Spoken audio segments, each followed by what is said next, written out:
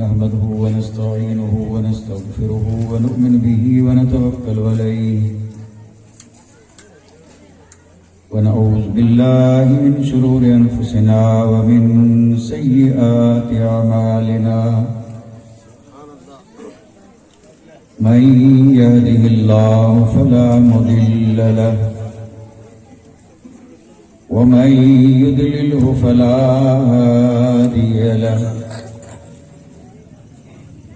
ونشهد أن لا إله إلا الله وحده لا شريك له ونشهد أن سيدنا ومولانا محمدا عبده ورسوله أما بعد أعوذ بالله من الشيطان الرجيم بسم الله الرحمن الرحيم لقد من الله على المؤمنين إذ بعث فيهم رسولا منهم يتلو عليهم آياته ويزكيهم ويعلمهم الكتاب والحكمة وإن كانوا من قبل لفي ضلال مبين آمنت بالله صدق الله مولانا العظيم وصدق رسوله النبي الكريم ونحن على ما قال من الشاهدين والشاكرين والحمد لله رب العالمين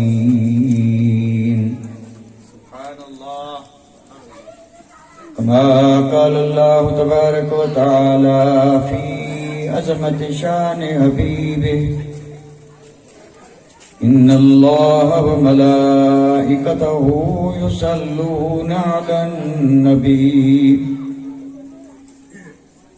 یا ایہا الذین آمنوا صلوا علیہ وسلموا تسلیما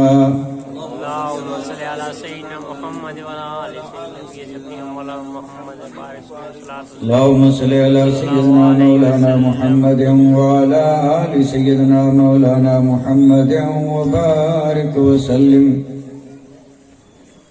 صلاة وسلاما عليك يا رسول الله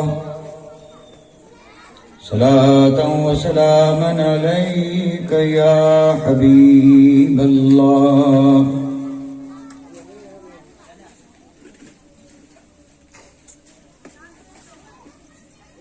لائق عزت عظم و تکریم واجب الاحترام گرامی قدر صدر جلسہ و مقرر خصوصی حضرت علامہ الحاج شیخ الحدیث و تفسیر خطیب ذی شان مقرر شعلہ بیان استاذ العلماء حضرت مولانا شعیب عالم صاحب دام ظلہ و دیگر گرامی قدر علماء اعظام محترم و مکرم سامعین کرام عزت مآب خواتین اسلام، مجھ حقیر اور فقیر کو اسٹیج پر دیکھ کر کے آپ حضرات کو حیرت ضرور ہوئی ہوگی، اور یہ حیرت ہونا ایک فطری بات ہے، کیونکہ اس اسٹیج پر نہ تو مجھے آنا تھا اور نہ میرا نام تھا اور نہ میرا پروگرام تھا، اور مشیت الہی ہے اب یہ پروگرام یا اس اسٹیج پر اور آپ حضرات کے سامنے میری حاضری جو ہوئی، اسے اگر میں کسی کی کرامت کہوں تو کہہ سکتا ہوں، تو اسی کو تو کرامت بولتے ہیں۔ تو چونکہ بڑا پرمسرت خوشی کا موقع ہے، اللہ تعالیٰ آپ سب کو خوش رکھے اور ہم سب خوش رہ کر کے دعا کریں کہ اللہ صاحب خانہ کو خوش رکھے۔ اور انہوں نے ہمیں بلایا بھی اسی لیے ہے تاکہ ہم یہ دعا مانگیں کہ اللہ تعالیٰ اس ہونے والے جوڑے کی ازدواجی زندگی کو خوشگوار بنا دے، اور ان کے آنگن میں اللہ تعالیٰ ہمیشہ اپنی رحمتیں اور برکتیں برساتا رہے۔ یہ مجلسیں ہوتی ہی اس لیے ہیں، اسی دعا کے لیے، اور ہم دعا مانگنے آئے ہیں۔ ہم دعا مانگیں گے، آپ آمین کہیے گا، اور جب جب کوئی دعا کا جملہ ہو تو آمین کہنے میں آپ بالکل تکلف نہ کرتے، کیونکہ دعا قبول ہوتی ہے آمین سے۔ ایسا بھی ہوتا ہے کہ دعا کرنے والا ایسا نہیں ہوتا کہ دعا قبول ہو جائے، لیکن کسی کی آمین ایسی ہوتی ہے کہ اللہ قبول کر لیتا ہے۔ آمین میں بڑی تاثیر ہے۔ تو خیر، آج کی اس بابرکت محفل میں خوشیوں بھرے پرمسرت موقع پہ اس محفل کو سجایا گیا، شادی خانہ آبادی کے موقع پہ، اور جس میں ایسے عظیم الشان خطیب تشریف لائے ہیں، اور ان کا اس محفل میں آنا بھی الحمدللہ ہم دل کی گہرائیوں سے آپ تمامی حضرات کی طرف سے شکر گزار ہیں کہ آپ تشریف لے آئے، اور ان قریب وہ اپنے نورانی بیانات سے ہم سب کو مستفیض فرمائیں گے۔ اور میں آپ حضرات کی خدمت میں ایک امید لے کے بیٹھا ہوں، اور وہ امید یہ ہے کہ کچھ بولوں تاکہ یہ جو خالی کرسیاں ہیں یہ پر ہو جائیں۔ یہ امید ہے، یعنی امید ہے کہ اللہ تعالیٰ توفیق دے اور یہ خالی کرسیاں پر ہو جائیں، اور جب کرسیاں پر ہوں گی تب خطاب ہوگا۔ حالانکہ کرسیاں خالی بھی کوئی زیادہ نہیں ہیں، گنی چنی ہیں، لیکن جب یہ پر ہو جائیں گی تو آپ دیکھیے گا پھر خطاب کا عالم۔ سبحان اللہ۔ اور ہمارا مقصد جو ہے حصول برکت، اس لیے میں نے آیت وہ پڑھی ہے، آپ نے شاید غور نہیں کیا کہ میں نے آیت کون سی پڑھی۔ میں نے آیت وہ پڑھی ہے کہ یہ جو مہینہ چل رہا ہے، اس مہینے سے پہلے جو مہینہ گیا اس مہینے میں اس آیت کی دھوم مچی ہوئی تھی، یعنی پورا مہینہ اس آیت کی دھوم تھی، اور 4 دانگ عالم میں اسی آیت کے متعلق ذکر ہو رہا تھا، اور ذکر مصطفیٰ۔ اور چونکہ مہینہ وہ بھی بہار والا تھا، مہینہ یہ بھی بہار والا ہے، وہ اول تھا یہ دوسرا ہے۔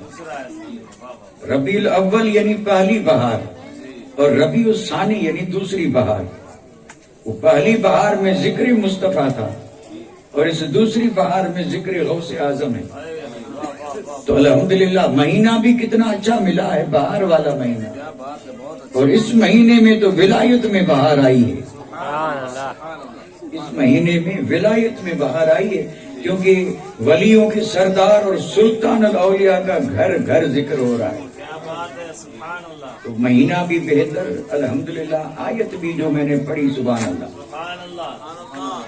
میں بڑے اختصار سے اپنے وقت کا لحاظ کرتے ہوئے، وقت بڑی تیزی سے بھاگتا ہے، بڑی تیزی سے، ہم ابھی 2-4 باتیں بھی نہیں کرتے اور دیکھتے ہیں تو 10 منٹ تو نکل گئے۔ اس لیے اب میں اسی آیت مقدسہ کے حوالے سے چند باتیں آپ سامعین کی خدمت میں عرض کر دوں، لیکن پہلے اس آیت کا ذرا تفصیلی ترجمہ سن لیں۔ اس آیت کا تفصیلی ترجمہ، اللہ تبارک و تعالیٰ نے ارشاد فرمایا کہ اللہ تعالیٰ نے مومنوں پہ احسان کیا، اللہ تعالیٰ نے مومنوں پہ احسان کیا، تو ظاہر بات ہے احسانوں کی تو کوئی کمی ہے ہی نہیں، واہ واہ واہ واہ، ہے کوئی کمی احسانوں کی؟ گننے جائیں تو گن بھی نہیں سکتے. اور احسان تو ایسے ہیں کہ ہر وقت ہو رہے ہیں. تو پھر ان احسانوں میں سے کسی احسان کی بات نہ کر کے رب فرما رہا ہے کہ اللہ نے احسان، یہ کون سا احسان ہے؟ واہ واہ واہ جی بھائی لاکھوں کروڑوں احسان رب نے فرمائے، اور کہیں بھی رب نے یہ نہیں فرمایا. اب رب یہ فرما رہا ہے لقد من اللہ علی المؤمنین، اللہ تعالیٰ نے مومنوں پہ احسان کیا. تو ظاہر بات ہے سوال تو آئے گا ذہن میں، اگر سوچیں گے تو، اور نہ سوچیں گے تو سوال کیا جواب بھی نہیں آئے گا. سوچیں گے تو ظاہر بات ہے رب نے اسی لیے تو دماغ دیا ہے تاکہ سوچیں، اور جنہوں نے سوچا وہ بہت آگے نکل گئے، اور جنہوں نے کچھ نہیں سوچا وہ پیچھے ہی جا رہے ہیں. سوچیں تو سوال تو پیدا ہوگا کہ یہ کون سا احسان ہے کہ رب فرما رہا ہے مومنوں پہ رب نے احسان کیا. تو اللہ تعالیٰ نے فرمایا احسان یہ ہے کہ میں نے اپنا محبوب دیا. سبحان اللہ سبحان اللہ. احسان یہ ہے کہ مومنوں کو رب نے فرمایا میں نے اپنا محبوب دیا. لقد من اللہ علی المؤمنین اذ بعث فیہم رسولا، فرمایا جب ان میں ہم نے اپنا عظمت والا رسول بھیجا تو یہ ہے ہمارا احسان. اس لیے آپ نے ترجمہ پڑھا ہو یا بزرگان دین سے سنا ہو تو وہ صرف احسان ہی نہیں بلکہ کہتے ہیں احسان عظیم، یعنی یہ اللہ تعالیٰ کا مومنوں پہ بڑے سے بڑا احسان ہے کہ محبوب تو رب کا تھا اور دے دیا مومنوں کو. کیا احسان نہیں ہے یہ؟ محبوب کسی کو دیا جاتا ہے؟ آپ کہیں گے نہیں دیا تو کیا دکھایا بھی نہیں جاتا، اور رب نے اپنا محبوب ہمیں دے دیا. اچھا ٹھیک ہے، یہ بڑی مشہور بات ہے، اور ربیع النور شریف کے مہینے میں آپ نے اس پہ ذکر بھی سنے ہوں گے، ضرور سنے ہوں گے. لیکن میں اس آیت مقدسہ کے حوالے سے جو بات کرنے جا رہا ہوں وہ ضرور کروں گا، لیکن پہلے ذرا معاملہ ہموار کر لوں. یعنی آپ حضرات کی توجہ میری طرف ہو اور آنے والے خطیب کی طرف ہو، اس لیے میں یہ ہموار کر رہا ہوں معاملہ. تو اللہ تعالیٰ نے احسان فرمایا اپنے حبیب دیا. اب حبیب تشریف لائے کہ نہیں لائے؟ اچھا جب میرے اور آپ کے آقا تشریف لائے، رب کے محبوب تشریف لائے، تو یہ آپ کا تشریف لانا جو تھا وہ کس لیے تھا؟ یہ میں صرف سمجھانے کے لیے، کس لیے؟ یعنی اتنی بڑی نعمت اللہ تعالیٰ نے اپنا محبوب ہمیں دیا، اتنی بڑی نعمت، یعنی اپنا محبوب رب نے ہمیں دیا، اتنی بڑی نعمت، یعنی اپنا محبوب رب نے ہمیں عطا فرمایا. تو ظاہر بات ہے جب اتنی بڑی نعمت رب تبارک و تعالیٰ نے ہمیں عطا فرمائی تو پھر یہ بھی تو سوال ذہن میں آئے کس لیے؟ اتنی بڑی نعمت رب نے مومنوں کو عطا فرمائی کس لیے؟ کہ یہ نعمت جب تشریف لائے گی تو کرے گی کیا اور کیا کیا؟ یہ جملے سن لیں. یہ نعمت جب رب نے ہمیں عطا فرمائی تو کس لیے اور پھر کیا کیا؟ تو قرآن مجید میں رب نے اس کا بھی جواب دیا، اس کا بھی جواب دیا. رب نے فرمایا محبوب دے رہا ہوں، یتلو علیہم آیاتی، یہ محبوب آتے ہی ان پر آیتیں پڑھے گا. رب نے فرمایا میرا محبوب آ کر کے اور ان پہ کیا کرے گا؟ آیتیں پڑھے گا. اللہ اکبر. آیتیں کون سی؟